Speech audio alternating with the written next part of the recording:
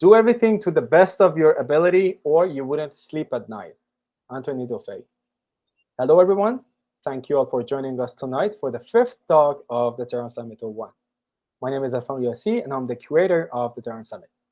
The Summit creates an alternative way of looking at the process of art making and rejects the monopolization of art by the market. Taking advantage of the internet and online platforms, the Tehran Summit creates a bridge between Iran's artistic atmosphere and other countries and brings together different contemporary discourses and methods of art making utilized by artists and art collectives. Tonight, we are hosting Alistair Hudson. He is an international curator and museum director who brings a contemporary curatorial expertise combined with an in-depth knowledge of media arts. From 2018 to 2022, he served as director of two museums in Manchester, the city's Manchester Art Gallery and the Whitworth, the University of Manchester's Museum of Art and Culture History collections across all genres. With his concept of the useful museum, Alistair Hudson understands art and cultural institutions as places for social responsibility and change, and defines artistic and curatorial practice as social practice. Together with artist Tania Bruguera, Hudson directs the Association de Arte Útil, a growing international network that includes other institutions such as the Abbemuseum in Eindhoven and FRAC Poitou-Charentes. Alistair Hudson is the scientific artistic director of ZKM and a member of a number of committees. Among other things, he was a jury member of the Turner Prize and a member of the selection committee for the British Pavilion at 2021 Venice Biennial. Thank you so much, Alistair, for accepting our invitation. Thank you so much for spending your time with us tonight. Look forward to your talk, man. Passing the mic to you. Thank you, Irfan. That was a very, nice introduction. Thank you. Sounds slightly over the top, but it's nice, really good to be here, and I'm very pleased to be part of an amazing program you've put together. Really good speakers, and look forward to seeing the Tehran Summit grow and grow. Looks great. So I thought it'd be interesting to talk about Arte Útil tonight to you, because hopefully it's of some relevance to the scene developing there in Tehran, and hopefully it has some relevance. So I'm going to basically talk you through a little bit of a story of Arte Útil. Let's see if I can share. There we go. And I actually do that. There we go. So there's the title about Arte Útil. So Arte Útil really has been happening for about 10 years now, and it's getting kind of quite close to full fruition in some ways. It started out as something quite as an idea, quite antagonistic, contrary to the establishment art world, but now we're in a position, I think, where we're starting to, manage to have some kind of both an institutional influence, but also starting to see and open doors to other forms of artistic practice. So, for example, it was great to see in Documenta last year a whole host of artists who've kind of been affiliated with Arte Útil, and it's what I call fellow travelers. For the past decade or so. But I'm kind of starting with this image to kind of explain where we came from, because I use this image quite a lot. It's a painting, as you said, you talked about in a derogatory way about paintings on walls, Irfan, before, which is it's the classic, and I kind of call this image the box cover image for the software of modernity. And it's by Caspar David Friedrich, and it's called Wander Above the Sea of Fog. But basically what it does, it personifies a Eurocentric idea of what art is. It's the sort of solitary male genius striding above the landscape, taking us into a future, and we must all follow this kind of genius, or this epitome of mankind into new horizons. And whilst this is sort of like what we would have on the software box, we might. Oh, hang on, how do I move slides on here? How do I move a slide forward? Can you see that? No, nope, nope, nope.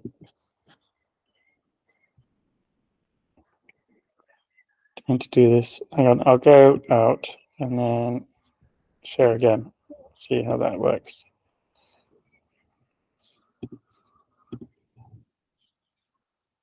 There we go. Yeah. So the next image really is this character, who is Immanuel Kant, quite relevant now that I'm working and living in Germany. So Immanuel Kant was really the what I call the software developer for modernity or Eurocentric art. And he basically prescribed this idea of purposeless purpose, like, you know, what then became adopted as this idea of art for art's sake, or art being autonomous, separate from the world, and this other position he advocated for the disinterested spectator. So the spectator is somebody who leaves all their worldly troubles behind, their interests in the world, and they look at the art on its own terms. And really this kind of this software, this programming for art, created a system that was dominated in Western society of basically a world of things that are art and things that are not art. And this is really what I would call, or is known as, autonomous art. Art which is separate and operating on its own terms. And the ultimate conclusion of this kind of software, which was really turbo boosted by industrialization, by technology, by capitalism, by all the mechanisms that were focused in Europe in the 19th century and the 20th century, created really a system which would allow the art market to thrive and allow forms of art to be developed which really prescribed very tightly what art should be and what it could be. And for that idea of art to be policed very heavily by institutions, by academics, and by cultural workers. So we kind of end up with this, you know, ultimate conclusion of the museum or art for the 1%. So I was always very interested in, through my career, about breaking away from this system, about saying, well, what would happen beyond this 200-year history of art as we know it in Europe, and what would happen if we reconnected with the idea of art being something which is closer to how art has operated for 40,000 years of human history, which is actually art being part of day-to-day life, of art being part of the way we live. It's embedded in ritual, in religion, in architecture, in craft, in even agriculture and cookery. And we talk very easily about the art of cookery, the art of politics, you know, or the, you know, the art of discourse, whatever it might be. And changing our understanding of art is something I think that it's really essential to moving art beyond this kind of this idea of art for its own sake, or idea of art operating within the art world that has been so concentrated in the kind of in the old world. So it was over 10 years ago now that I met the Cuban artist Tania Bruguera, who very early on, about 2006 or so, coined the term arte de conducta, which is kind of behavioral art. This is art. This is an artist who's very much concerned, coming out of the performance movement, performance art, but moving more into the realm of politics and thinking about how art can really work in day-to-day life. And my introduction to her began around about that time, 2009, 2010 or so, when I'd been discussing ideas of how to escape our kind of colonial entrapment in Europe with people such as the Van Abbemuseum in Eindhoven, who were also trying to move on to a new era and think about art in different ways. And they'd approached Tania to do an exhibition in the Van Abbemuseum in Eindhoven, which is in the Netherlands. And of her work. But instead, she proposed really to do an exhibition based on the idea of arte útil, which is the idea of art as a tool, art operating in society, art operating in the world. And although this wasn't necessarily fully formed. And at that point, we basically, I was invited to kind of take part in these discussions, given I'd had a history of working in this area and talked a lot about the use value of art in society. We convened where I was working then on a small farm in the mountains in the north of England, and with Tania, and we set about really constructing an idea of a really serious proposition of how we might create a counter to the establishment of what we knew to be art, and try and push this idea of arte útil, art as a tool, art as being something that is in use. And following from that, we basically set out a series of criteria by which we might differentiate kinds of art that we thought were interesting in this new direction, as opposed to those that weren't, that were maybe still in the realm of performance or in terms of representation. They weren't actually having a social, political outcome. So I'll just talk you through really those criteria, which are always open to change or to recalibration. But the first one is that we're thinking about works that propose new uses for art within society. This is, I suppose, repurposing art to service social, political, environmental issues or problematics. And importantly, this work, as number 2 highlights, that it should challenge the situation in which it's in. This isn't just about necessarily producing projects which confirm or reify the situation we're in, but they really provide a challenge and offer a different way of imagining the world. The third one is that they should respond to current urgencies, that it should be timing specific, as Tania calls it, that they should be about what's happening now. They should address issues and concerns that people are facing in the moment. And then the fourth one, which is really important, is that they should operate on a one-to-one scale. And what that really means is this is art no longer as a representation of something, a picture of something, or pointing at something and saying, this is a problem. This is about actually art being a thing in the world that is active, being operational. So rather than a picture of something, it is actually a solution or a way of addressing a particular problem, and is manifest in the world as a living entity. Point 5 is we should replace authors with initiators. So this is doing away with the solo genius model of art, as I highlighted at the beginning, and replacing spectators with users. So the idea of spectatorship is again tied up with this kind of Eurocentric idea of art as entertainment, as spectacle, and really starts to connect with the world of technology we live in now, where we're all enabled as people who can use art, or use art as a tactic, as a methodology, as a way of doing things in the world.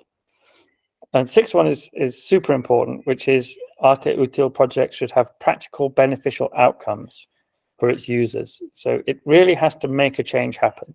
Something has to change. Something has to be affected by these projects. And in line with that, the 7th one is they should all pursue sustainability. They should all seek to actually continue to work in the world. They should have a consideration for the environment in which they operate. And finally, the kind of more academic point is to re-establish aesthetics as a system of transformation.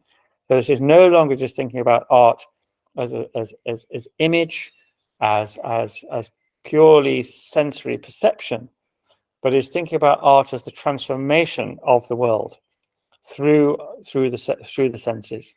And we can talk about that later on if needed. But essentially, the group came together to kind of create a website, an online platform, and an archive of projects that would exemplify these ideas.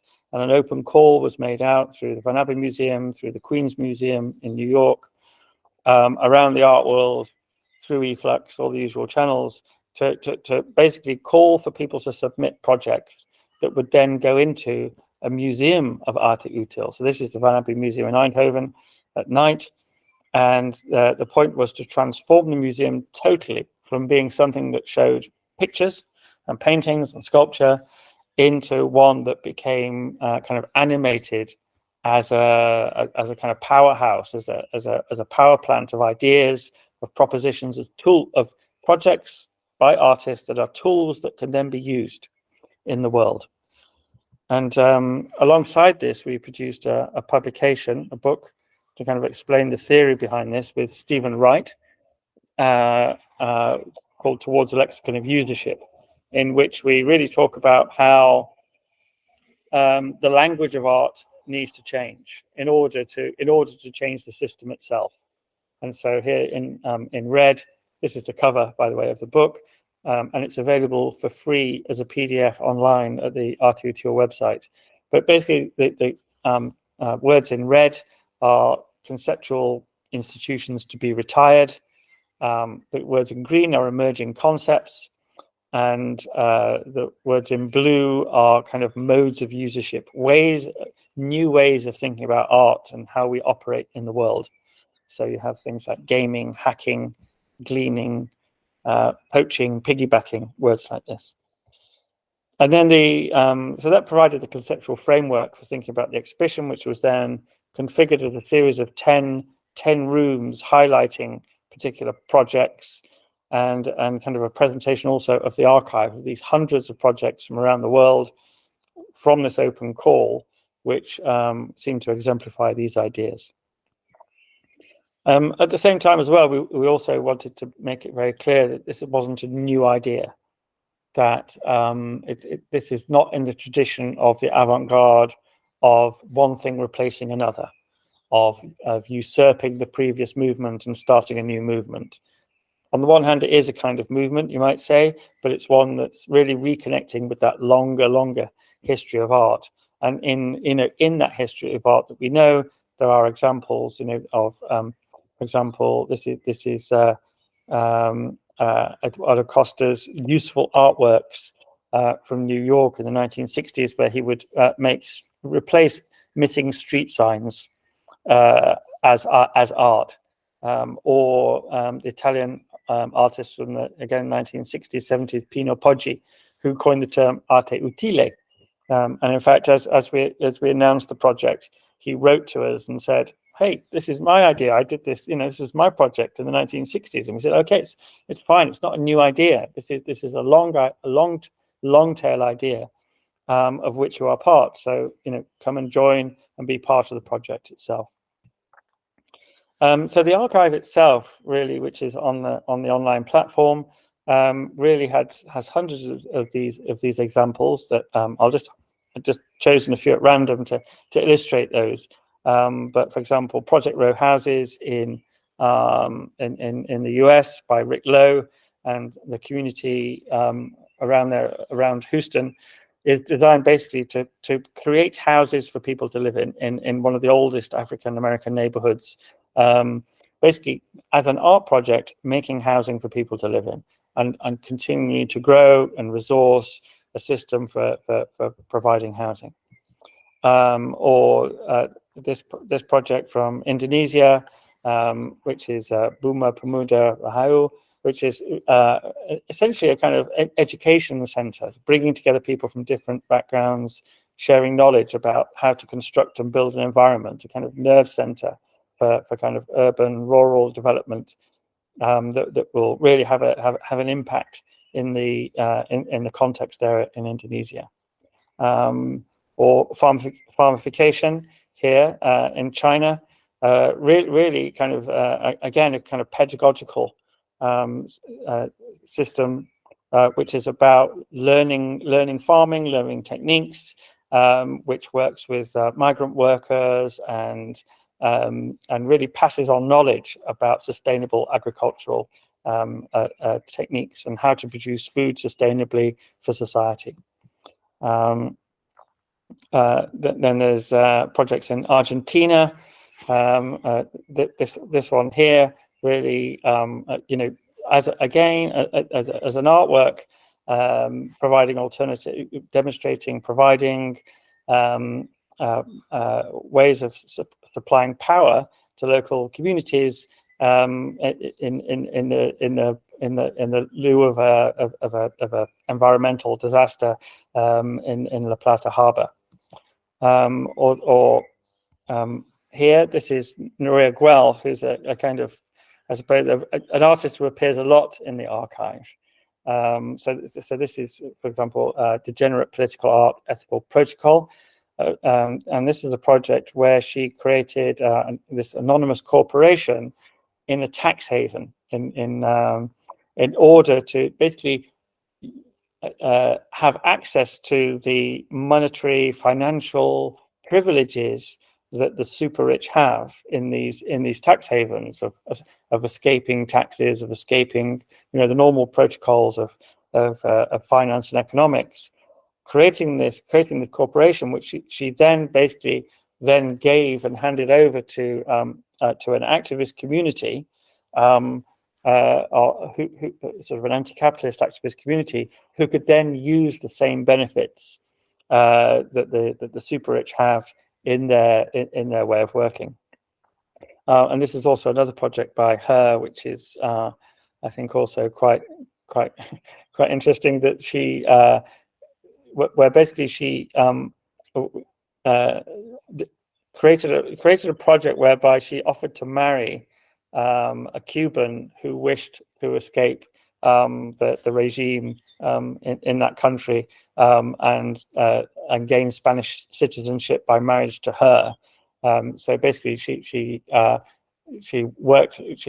a competition of sorts to ask men to write a love letter, which was then judged by women prostitutes to choose the successful candidate, who then married Nuria. And then actually at the opening of the Museum of Arte Útil, Charles Escher, the director of the museum, performed the divorce ceremony of the couple, so that he was then allowed to go and then be a European citizen without any attachment to Nuria, the artist.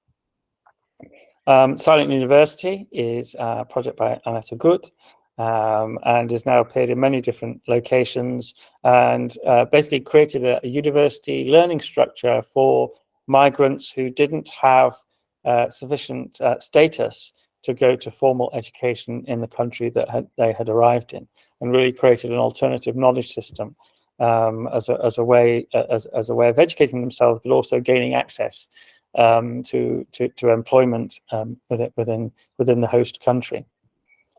This is Mazurine, and this is really a system that developed in Egypt by a collective of filmmakers, which basically allowed a kind of central focus for citizens to record events on mobile phones and cameras and videos as Mubarak's regime came to fall. And this has really kind of created a system of which they could actually translate and broadcast knowledge out from a very challenging, difficult political moment. This is the Parasite School. Again, is this kind of exemplifies the term of piggybacking, I guess, that we had in the lexicon. And this is a school which uses existing institutional infrastructure, schools, universities, and so on, but it creates an alternative education within those, and allows people an alternative way of learning that really allows them to have, people who don't have access to privileged education, to gain education and find other routes into a life, particularly in these kind of different situations. Ushahidi is again is quite an interesting tool. It's a tool that's been designed to be open access, and software, and that was has been crowdsourced to really disseminate information about in disaster or emergency situations.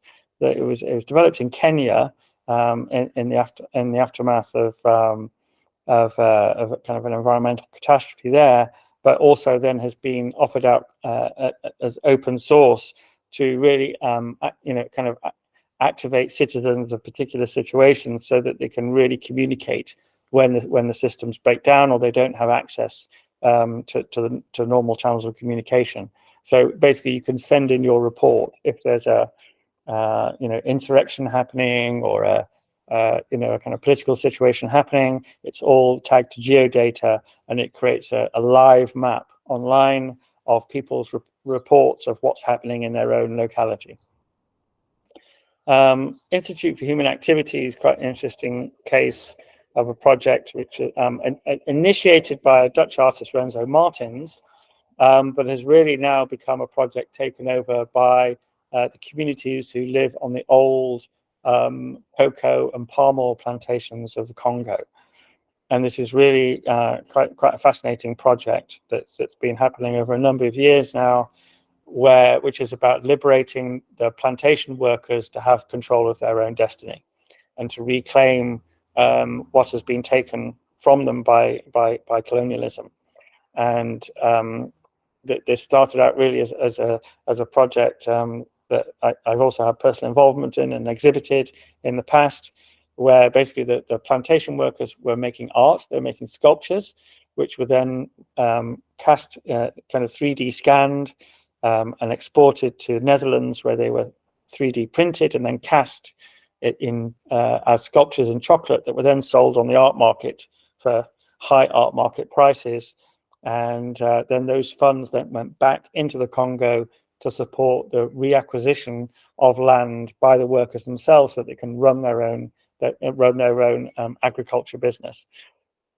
And an interesting development recently, they set up basically a cultural center on the site in the Congo and requested the loan of this sculpture from the Virginia Museum of Fine Arts. And this is actually a wooden sculpture carved in the early part of the 20th century of basically a Belgian plantation master called Barlow, who was very treated the plantation workers abysmally, and in the end there was an uprising and the plantation workers killed him, and as is part of their ritual, they made a sculptural effigy of him to keep his evil spirit away. And this ended up because of the colonization of this land, ended up in a museum in Virginia in the United States, and they asked to borrow the sculpture, and the museum refused, citing that they didn't have the right environmental conditions, all the usual excuses. So instead, they then collectively made an NFT of the sculpture that's in the museum in the States, and sold it at Basel Art Fair as an edition of over 300 NFTs. And basically then the proceeds from these sales has allowed the plantation workers to buy back even more land. Over 40 hectares now of land has been acquired using sales from this NFT project. There are kind of historical examples in the archive, even going back to the 19th century. But this is basically a kind of magazine called Radical Software, which was made by kind of early independent video artists in the US, who really started to propose homemade video as a new art form, but also as a way to think about making film as a tool for social change, for actually using it to challenge the dominant mass media structures, to challenge the capitalism, to challenge the world in which there was around them. So that kind of gives you an idea of the contents of the archive that's constantly growing. And then it's had the Arte Útil has basically kind of pop-up institutions, or it operates within institutions in different geographies. So this is in Zagreb, in Croatia, This is in Birmingham, in England, where and this is in the Icon Museum, where basically you set up a laboratory and a centre for developing these ideas and encouraging projects of this nature in the local neighbourhood. We've also run escuela schools teaching Arte Útil as a methodology. This is the School of Arte Útil that we ran in San Francisco in about 4 years ago for art students, MFA art students in California, with Tania and a whole host of speakers. I mean, very similar to like your summit format as well, of kind of teaching how to go about moving beyond art as representation, art as performance, art as representation, and really stepping into this world of transformation in real time, in real space. This is another escuela that was held in Mexico City, which concentrated on the term that we had of illegal, which is projects that operate in legal loopholes in the law. So, for example, Nuria Guel's project with the tax haven being a good example. And there's the correspondents in the course who then obviously then go on to develop projects in their own right. And then this is really a kind of summary of the kind of thesis, I suppose, of Arte Útil about the kind of transformation that we're seeking to push within the world of art. So this is art moving beyond art itself into the world where obviously a lot of these projects are often challenged or criticized as being, well, it's not art, it's sociology, or it's architecture, or it's politics. It's not actually art. But that's something that it needs to be challenged. That attitude is something that needs to be challenged, and the reintegration of art into society is kind of a key agenda. It's a move from autonomy of isolated artworks into a world of ecology, where art is working as part of a complete system. Spectatorship shifts to usership, which I explained before. Author, and the idea of the single author who owns the work and protects it and polices in a way the integrity of the artwork, is replaced instead by the idea of artist as an initiator, who has an idea, who makes a proposition, who starts a system going, but then hands that over to the users in order to really make use of that tool in the world. Similarly, this is the shift I've described of moving the world of art from representation back into operation in society, and thinking less about audiences as a group of people out there in the world. You have to get into the museum, or you have to get to see the object, into a world of thinking about constituencies.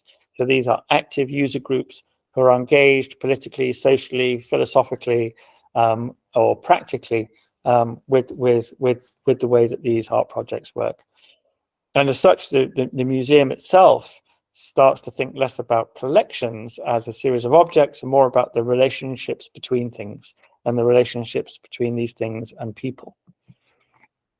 And this is all exemplified. There's a kind of couple of large books that have been produced in the past 5 years, What's the Use?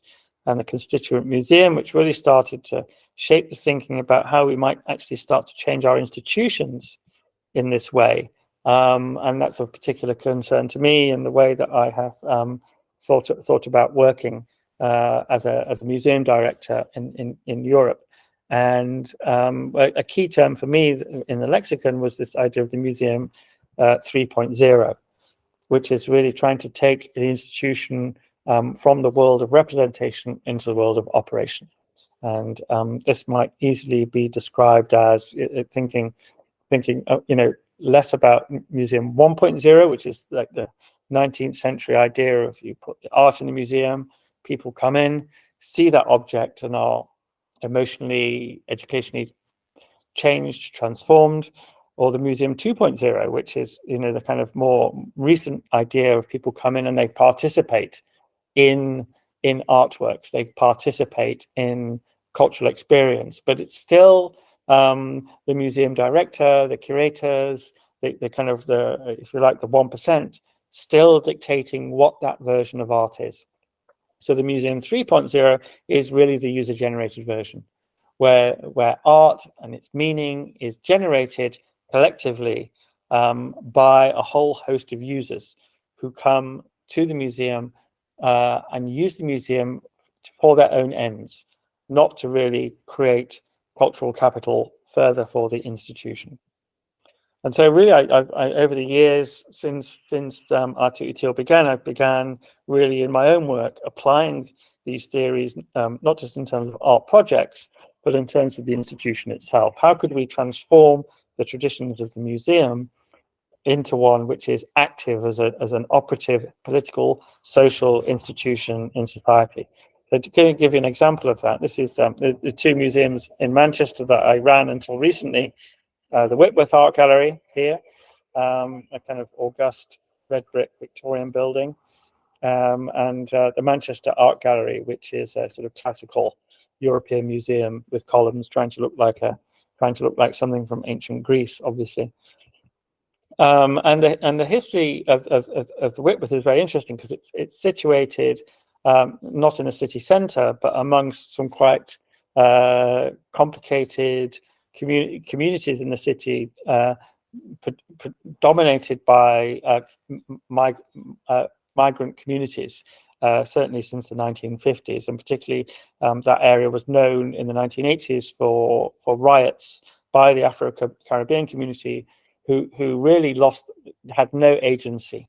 They had no political rights. They were really persecuted and extremely challenged by the system, societal system they were operating in. And at the heart of this community, in the middle of the riots, was a nightclub called the Reno, where they came, they danced, but also they organized. And this was really their kind of cultural center, if you like, amongst these these neighborhoods there in Manchester. And we worked basically with a community leader there who was interested in the social history of this nightclub, because what happened was that the nightclub was basically, after the riots, the nightclub was demolished as part of a sort of urban cleansing project, a regeneration project. But it was basically an act of cultural vandalism at the same time, and really a way of controlling the Afro-Caribbean communities and the ones associated. But the land remained empty, and this group really proposed embarking on an archaeological dig of the nightclub. And we basically worked with this community group and the University Department of Archaeology to undertake the archaeological dig and then present the findings from the dig in the museum itself. And whereas previously community projects like this would have been presented at the sidelines, we presented this project right in the Central Museum as an exhibition for 1 year, but also one in which they activated it themselves, and they designed and created the show themselves and used the museum to tell their story about how they had been oppressed, about how they had been persecuted, about the political challenges they had faced in the 1980s and ever since. So on show were things like cans of Coke and beer glasses and bags of drugs, photographs that were then accumulated. So over the year, all the community came into the museum to start to build this exhibition themselves, tell their story, and essentially give themselves a voice in a way that they'd not had a voice in the past. They were allowed to use the museum as a way to speak to city leaders, to talk to city leaders about their issues and how they might go about having some kind of agency in the city. And this is turning the museum into a nightclub, the Reno nightclub, on the opening night of the exhibition. Similarly, at the Manchester Art Gallery, again, another project to illustrate this transformation was, again, with Tania Bruguera, called the School of Integration. And essentially with this, we were aware that in these wealthy European states such as England and Germany, when migrants arrive from all parts of the world, they're often given kind of integration lessons, and they are basically taught how to be English or how to be German or to learn the language, learn the culture in order to assimilate. But we proposed instead to turn the museum into a school of integration for a month, and this to be a place where different cultures taught their culture to other cultures, where it was like a multi-directional sharing of ideas and knowledge, where we all learned together about different geographies, different social systems, different histories, through history classes, through cooking. This is a class from residents from India on how to make a curry, but then also teaching about kind of geopolitics and cultural history of curry and the country through cooking, or flowers, or craft classes, many different classes over a period of a month, which then had an afterlife and continues within the museum itself. And then finally, kind of wanted to highlight this project as well with the American artist Suzanne Lacey, who had an exhibition a number of years ago at SF MoMA in San Francisco. And Suzanne Lacey is a sort of the kind of long-term kind of thought leader in the world of social practice and art, going back to the feminism in the 1960s and performance, but now very much become a community organizer. And the exhibition at SF MoMA was in a way quite static and presented her work as a usual sort of museum retrospective of an artist. But I said, well, when it comes to Manchester, I want to work with Suzanne to make the exhibition actually active, to make it operational rather than representational, and really to take key projects of hers from history and bring them alive in the present and make them useful and in use in our own city, so that our own institution and the exhibitions we do have a transformational role in our own context. So, for example, one of the projects that we took was this illustrated here, which is the Oakland projects that Suzanne organized in California in a district called Oakland in the 1990s over a 10-year period, where she worked with basically predominantly American African, or basically lower class communities in Oakland, to address the issues of their relationship with the authorities, with the police, and with policy making in the city.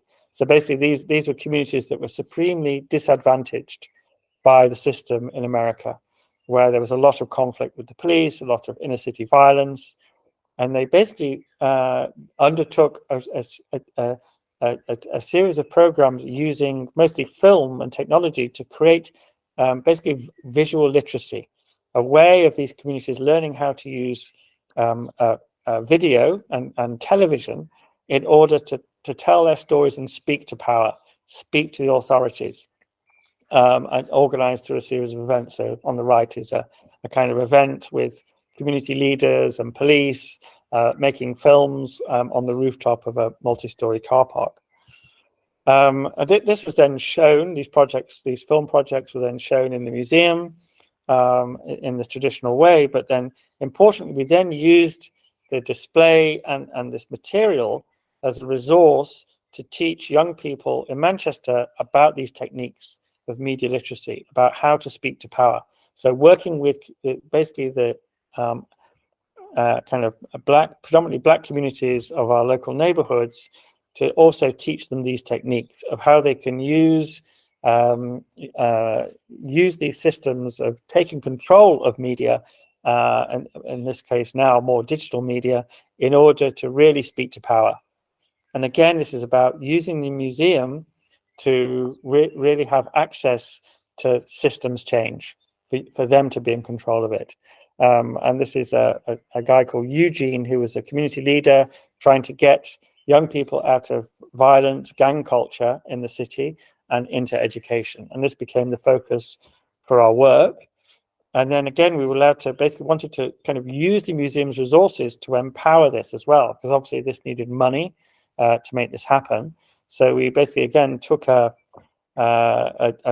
historic work from our collection. This is a William Blake painting from the early 19th century. and turn this into, again, an NFT, non-fungible token, that was then sold for basically 999 tezos online, which then created the resources, the income, to then hand over to these community groups in order to run projects in the city to get young people out of deprivation and into education. And this is kind of an ongoing project that continues to this day. But it was very interesting in terms of how we can use the art, the new forms of the art world itself, as part of a transformational process. So rather than NFT money going into the pockets of investors, this is money from this crazy world of blockchain art being redirected and repurposed into social gain. So in a way, this kind of use of communities using technology then becomes, in a way, the template for the new task that I have in hand, which is as director of this institution, ZKM, the Center for Art and Media in Karlsruhe in Germany, which has been around for about 30 years or so, but has been dedicated to media arts historically. But we're now beginning a new era where obviously the world is all using media arts. It's no longer an isolated activity. And what we're thinking about is how to use the methodologies of Arte Útil to really allow this institution to connect and support initiatives and projects internationally as part of a sort of global network of fellow travelers who would be with us on this work.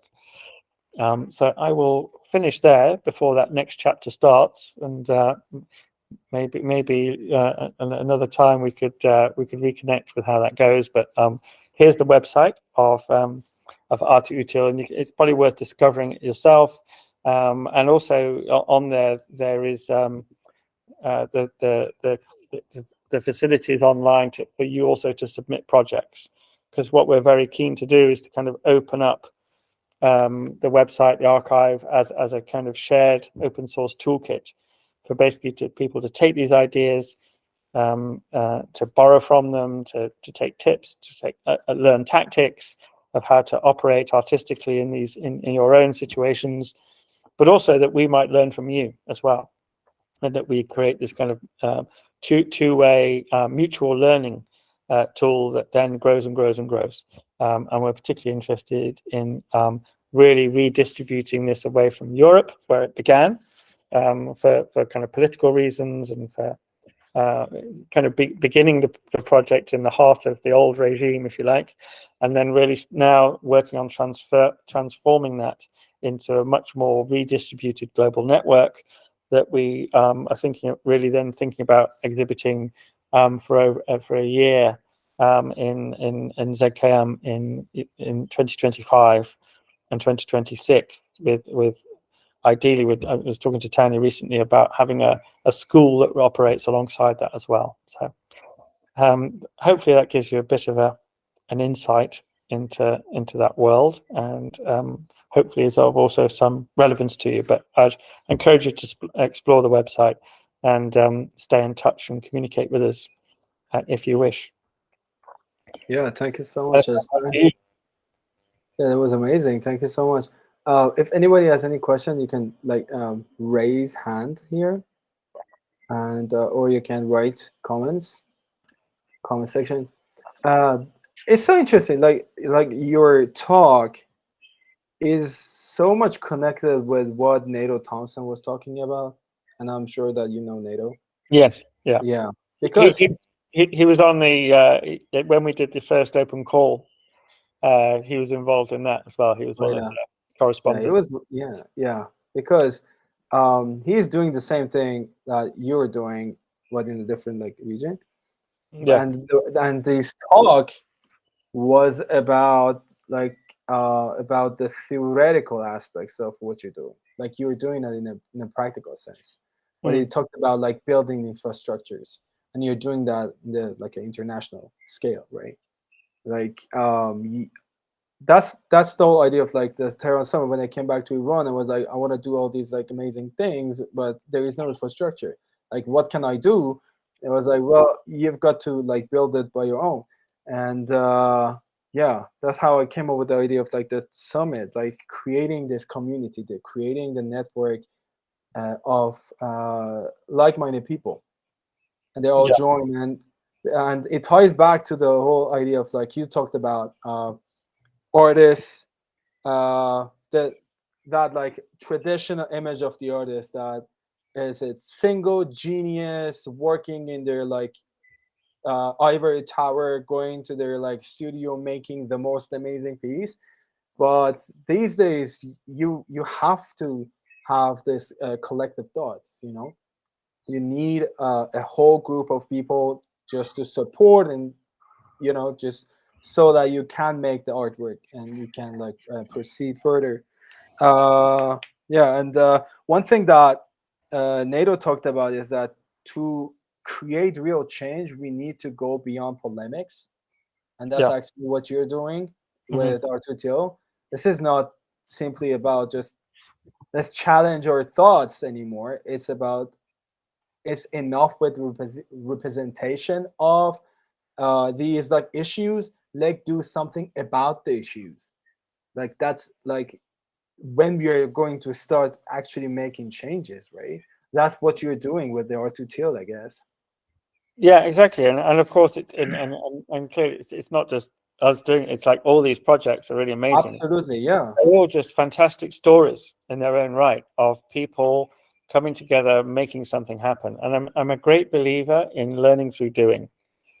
Which is again is a is kind of away from the world of polemics, as you kind of highlighted. Yeah, NATO discussed, and I think that this is really important because I also think it's really important people outside the art world understanding what actually art can offer. If you only understand art as something that exists in museums, or only understand art as something that artists do, then it's never really going to have any relevance to you, and you're not going to find the creative tools you need to make something change yourself.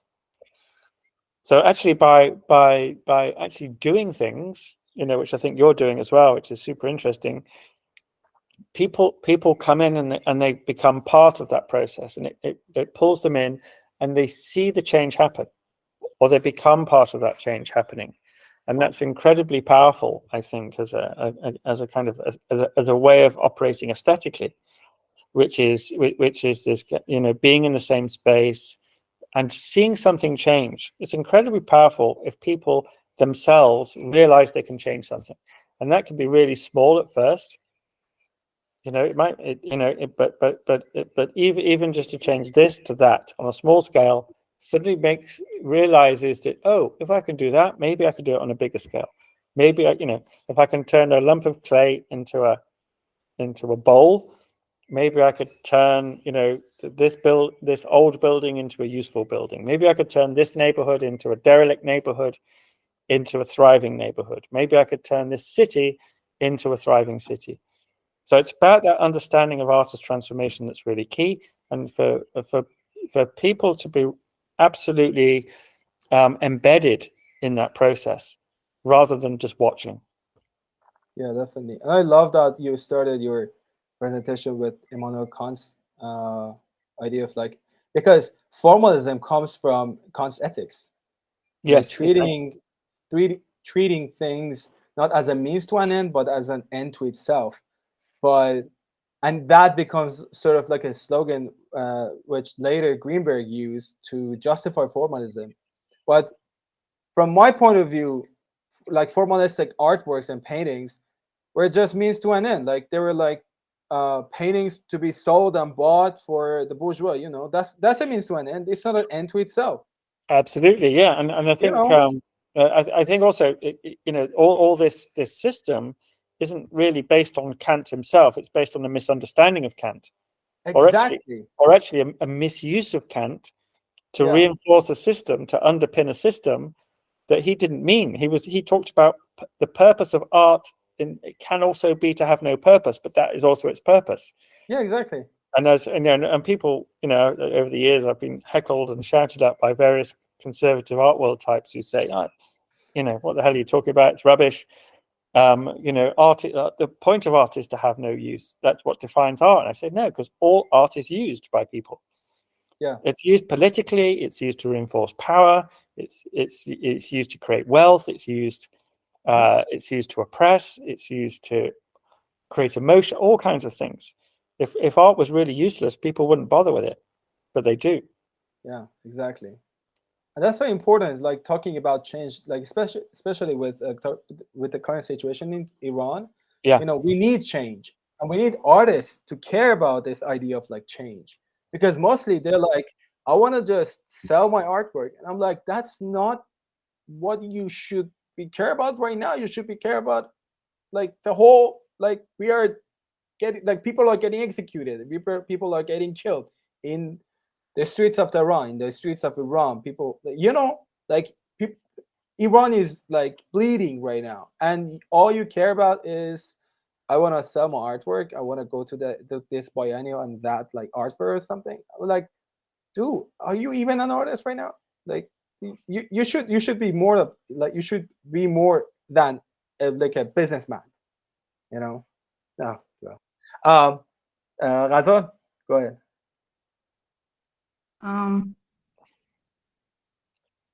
Hello. Hi. I want to talk about the museum idea because how about just getting rid of museums? Because the museum is where you store something, and it's usually stagnated. There's a stagnated energy in it.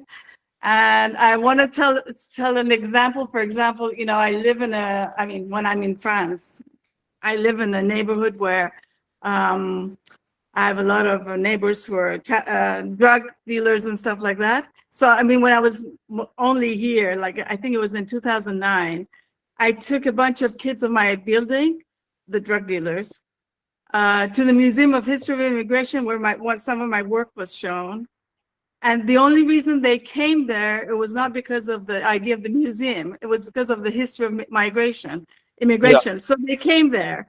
But at the same time, like a week after, I could not make them in any way go to the Pompidou Center where another work of mine was being shown. So I was like, please come and see my work there. No. And also a gallery nearby, which is République, very close to where we live. They wouldn't come there either. I mean, they left the territory to go to the Museum of Immigration because they identified with it, yeah. But they did not want to come to an art museum or art gallery. And this is very interesting because the idea of anything, any interesting project going to an art museum or anything going to an art museum becomes sort of art. As another example, when was it? I think right before COVID, I saw it on social media. Somebody had left a pair of glasses on the ground somewhere in the museum, and people started taking pictures of it because they thought it was art. And it was somebody's pair of glasses, okay? But the inverse is like, for example, for my work, actually, Amin Moghadam is online, and he knows because he took his pupils to the museum to the Museum of History and Immigration to see my work. It's like when I showed this artwork in a Museum of History and Immigration, it's a museum of history. You have another audience who do not expect to see art. So if they think they see is art, then you think, oh wow, I did art. But if you show it in an art museum, anything becomes art. So I'm just thinking, why not just get rid of the idea of museums in general? Because and take the art somewhere else. All these projects, all these interesting projects that come out of Arte Útil, why not just forget the museum and bring them somewhere else? Because the idea of the museum is sort of stagnated, you know, and it's very bourgeois, and it's also related to power, you know, it represents the power. Yeah, absolutely. Well, I mean, I've thought, I mean, a long time ago, I was very much like that. I used to work for an artist. I ran an artist residency program for years in the mountains that had no, there was no venue, there was no, and it was, you know, at the time I said, yeah, I was kind of of the same mind we don't need museums, we don't need art galleries, do away with it. But then I did a project with a community there where we kind of repurposed like a really old local museum, and we repurposed it in a way that works for the people who lived there. We've totally kind of totally reinvented it as a place of basically communal expression and communal generative activity.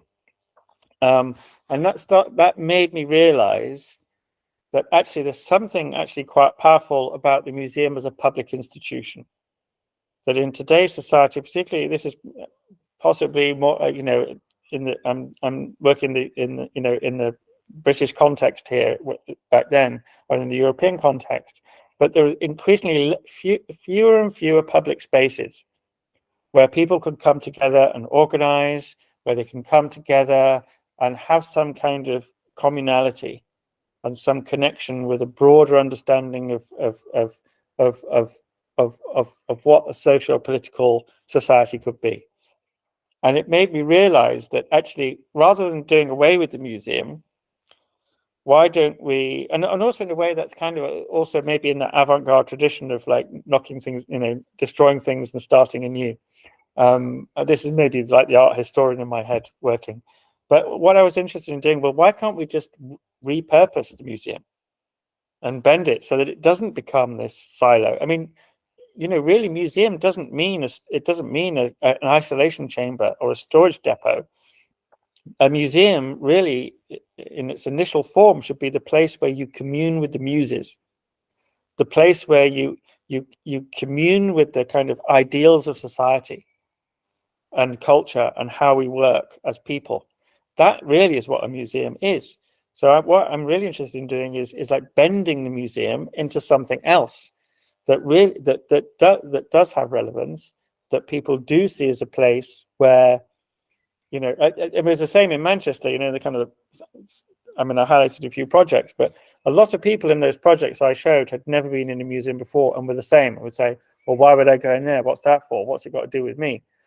But if you change the language of the museum and go, well, I'm not interested in you coming to see the art. I don't want to brainwash you to like the great paintings of, Western history. I want you to come here and run and take part in something that works for you, that gives you political agency, or something that feeds you or provides you healthcare. So a lot of the projects I did in Manchester were about transforming museum spaces into a clinical centre for the development of children, into kind of mental health resources, into kind of practical spaces for community groups to use, so that people use the building on a regular basis, but they do so in a way that is, they become infected with possibilities of what creativity could offer as tactics for actually getting on in the world in a positive way, and that allows them to actually be generally creative in their lives. So it's more like understanding the museum as this sort of place where you are energized and learn ways of working in the world that you can then take out into the world. And also that the museum isn't separate, that the museum is a political entity in its own right. So if it is that, and museums are political, how can you actually get people to see that as working for them politically? That it allows them to have a voice, that allows them to speak to power, that allows them to do the things that they wouldn't ordinarily be able to do. So yeah, and of course that's that's my own particular view on it, and maybe in the end, that also does away with the idea of a museum. But also what appealed to me about ZKM is it's not a museum. ZKM is a kind of it's a center rather than a museum per se, and I quite like, having said that, I like being liberated from that wording of museum. It has collections, yes, but it does research and education and concerts and all kinds of stuff. But you can be anything. You can be anything you want it to be. Yeah, I love the way you're changing the perspective, both about art, like what art can be, what is it, and what a museum can be. Like bringing new potentialities, bringing out new potentialities of the previous object. It's interesting. Yeah, and I'm quite interested in a way teaching art as a strategy, as a tactic, and this is something Tania's obviously she does with her InStar School of Artivism in Cuba, which actually might be worth some of you having a look at as well. Yeah, if there's an opportunity to go there. Yeah, this is really about understanding, like reclaiming art as a way to transform things. And I think, as people who kind of occupy the left of politics, I think have missed a trick in recent years, that they're kind of, in the US and in the UK, for example, right-wing politicians have really manipulated tactics from the art world. They're operating, they understood. I mean, even in the US, the Breitbart guys, they had this term is politics is downstream from culture. So if you construct culture first, then you control the politics. But this isn't really shared. This is exactly the kind of thing we should be doing, which is taking control of culture in order to shape politics. Yeah. Nasri. Hello there. So first of all, thank you for your presentation. And then I have a question about Van Abbemuseum. I've been there quite a couple of times, but the most mesmerizing experience I've ever had was last year in the 2022 in the multi-sensory experience exhibition in Van Abbemuseum. And I was wondering if that exhibition was also a part of Arte Útil. And were you also organizing that exhibition? And is it going, I'm not sure if this is still ongoing or not.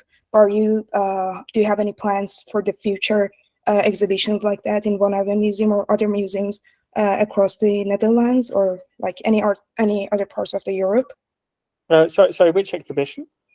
In 2022, the multi-sensory experience and exhibition in Van Abbemuseum. Yeah. And what was your comment on it? It was the most most mesmerizing experience I've ever had. Yeah. Because I'm a managing artist student. I usually work with museums and curators, but that was just unbelievable. That was really good. And I was really impressed by that exhibition. So I was wondering if it's an ongoing project, and are you gonna work more on that kind of increasing public kind of participation in museum? Yeah, I mean, it's definitely. I think a lot of. I've done. Still work a lot with the Van Abbemuseum, and they're very much part of a kind of network of European institutions and increasingly non-European institutions that are thinking in this way. So, a lot of this thinking we developed through Arte Útil then changed the way we thought about running the museum. So I think, it might be worth you talking to them directly. I can, I'm sure if Irfan could put me in touch with you, and I could introduce you to someone at the Van Abbemuseum if you're interested. It's definitely a way of working, of really creating these other experiences and ways of understanding these institutions. That's key. I don't know whether that particular exhibition is traveling or moving anywhere else, but yeah, I could certainly put you in touch with them directly if you wanted to. Oh, thank you so much. That would be nice. All right. Who else has any questions? One thing that one thing that is sort of common and shared among all the people who had talks this year, and of course last year, was that they were all down to earth, and it was just like, all right, we have found our own people, which is interesting. But yeah, you may be the director of ZKM and some other museums, Alistair, but you were one of us. Everyone's just people. That's what my mother told me when I was very young. People are just people. Yeah. And I mean, if you're going to run an institution in this way, you have to you've got to be open, and you've got to be generous, and you have to treat people well. Mm-hmm. This is the thing. Yeah. I think you have to check, because also it's part of that. Traditionally, like a museum director used to be untouchable. They have like a ring of assistants around them and curators, and Oh yeah. They're not accessible, and it's all part of that castle fortress Exactly. idea of the museum and art and status and power and all Yeah. these things. But if you don't have to run these places like that. There's no reason to do that. Yeah, it's especially the case in Iran, because like the thing is they're perpetuating the system of like authority and like what the political system that we are like always protesting against, and we are like criticizing. And I'm like, you're doing the same. You are in art world doing exactly the same, and yeah, you shouldn't be like that. Yeah, I mean, I know. I always think it's important that. Well, I mean, I'm a privileged person. I'm a kind of middle class white. I'm the archetype of a museum director. But I in some ways, but I always thought, well, what can I do? The best thing I can do is to kind of abuse my privilege, to sort of eat away at the museum from the inside, and to do it in a spirit that allows other people to take control. Yeah. Yes, I'm suffering, huh?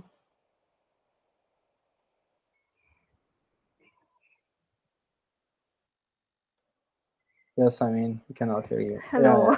Yeah. Hey, hi. Okay. Hi. My very first question. How do you make a difference between taking an action and taking a mission? Sorry, taking action and taking a Mission. Like mission? Yeah, genau. Yeah, exactly. Okay. Like taking action and taking mission. What's the Yeah. difference? How do you make a difference How do you make a in difference? your process? Well, I suppose you might say an action is like an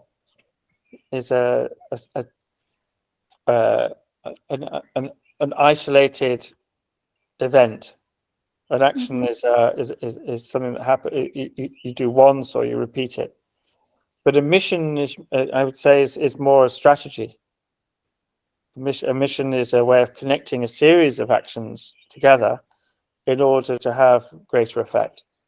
So do you relate it what you think, what you do, more? Do you think that what you do is more connected to taking mission? Yeah, I think what I do. I mean, I sort of think about having a mission in life, because it's what gets me out of bed in the morning. So, but that sort of, it's funny because in a way that mission is about creating the systems for action. Yeah. And doing that through action, not just through polemics, as was discussed before. Although I end up talking a lot like things like this, but that it's grounded in a set of behaviors that's about doing. And I think it's good to have a mission as well, because essentially you're creating a story. I think that's also the thing about this is it's important to tell stories in order to broadcast and disseminate these ideas effectively. And sometimes like an action on its own can be missed, it can be not seen, not even recorded. But when you're thinking about a mission, you're starting to weave a narrative. You're starting to weave a story that then resonates in the world in different ways. But it has something like power in it, and I think I can understand what you do, and I like it. But these questions is just relevant. Because I don't know too, and I think isn't it somehow dangerous making a system or making something. So, or who are we as artists, or this relationship with society on, and yeah, just this stuff. Yeah, I think also that there's not one right way of doing anything. Like, you know, you could, for example, you could do an action that only gets you like a result or a win in a very specific localized place, and it only works there. You know, say for example, you know, you might do a project as part of the Tehran summit there, which is, you know, say like the band concert that Irfan was talking about before. In a way, that's like an action in its own right. It works then and there in that specific locality, in that place, and that's fine. It doesn't need to, doesn't need to be on the front page of an art magazine. It doesn't need to be broadcast around the world as television. It doesn't matter. If it works, and that's fine. But also, you can link that with a wider mission, and you might tie those projects together, and you might start to create a kind of collective momentum around a series of projects or series of actions that then has a greater power. And you know, you can do both, or you can do what you can do either. And in a way, it doesn't matter. It's up to you know, the people involved to decide that. But not everything. I don't think everything has to be like part of a grand scheme or a grand system in order to work. Some things can work, you know, in a very day-to-day way. Okay, thanks. I hope that answers your question. Thank you. I mean, yes. Yeah, go ahead. Thank you first of all for your presentation and great examples. So I, you know, totally agree with you that art or research, I'm a social scientist, should have this kind of transformative power or social and political, you know, for social and political change. But the issue is that what are the criteria or, you know, instruments that we could use to kind of evaluate the actual impact of what we call, you know, engaged or transformative art or research? The thing is that when we're talking about the impact of the art of social sciences on the political and social spheres, we're talking about different fields, right? Different spheres of influence. Yeah. And these spheres of influence or field, they don't necessarily talk to each other. So then we end up having this very performative way of talking about engaged, let's say, social sciences or engaged art that remains at the end of the day within the circle of the artist or social scientist. And in fact, in certain contexts, I'm a social scientist at Toronto Metropolitan University in Toronto. It is a requirement now when we want to write a, you know, project that we need to have this community engagement. So it is already being institutionalized in a sense that, you know, if we want, let's say, in a very pragmatic way, get a grant to work on a topic, we need to have this community aspect to it. But it doesn't mean that it will end up having a sustainable change or a sustainable kind of impact on, let's say, the issue of migrants in Toronto, right? So what are the criteria or instruments that, or solutions that we can have to kind of better evaluate the impact of what we call engaged art or engaged research? Thank you. Yeah, I mean maybe two ways of tackling this, but the first answer I always give to this question is like the simple answer, which is you evaluate by asking what changed, what changes, did it actually work, did actually what you set out to do happen? And you know, if nothing changes, then it hasn't worked. But if something is changed, you change a policy, you change, you know, you create a housing housing scheme for residents, you bring down a government, whatever it is, then that is the effect, and that's the real effect of it. But at the same time, I have also, in recent years, I have worked with, because obviously you have to make your case, particularly when you're in cultural institutions, you have to make your case for this way of working. And I have worked with university researchers to basically give qualitative evaluations and undertake research that supplies the evidence of change. So two examples I'll give from Manchester recently. One was, again, with the Suzanne Lacey exhibition. We did a project with her, with women from diverse backgrounds in the city who were all over 50 years of age. Because in the city, your life chances of getting a good job, of having a pension, of having good health, of having access to resources. If you are a woman over 50, the statistics drop, they plummet. And if you are from a non-white background, they plummet again. And this project was really about bringing women in the city together who were over 50 and designing a campaign to campaign for a change in policy towards older women, firstly in the city and then nationally with central government.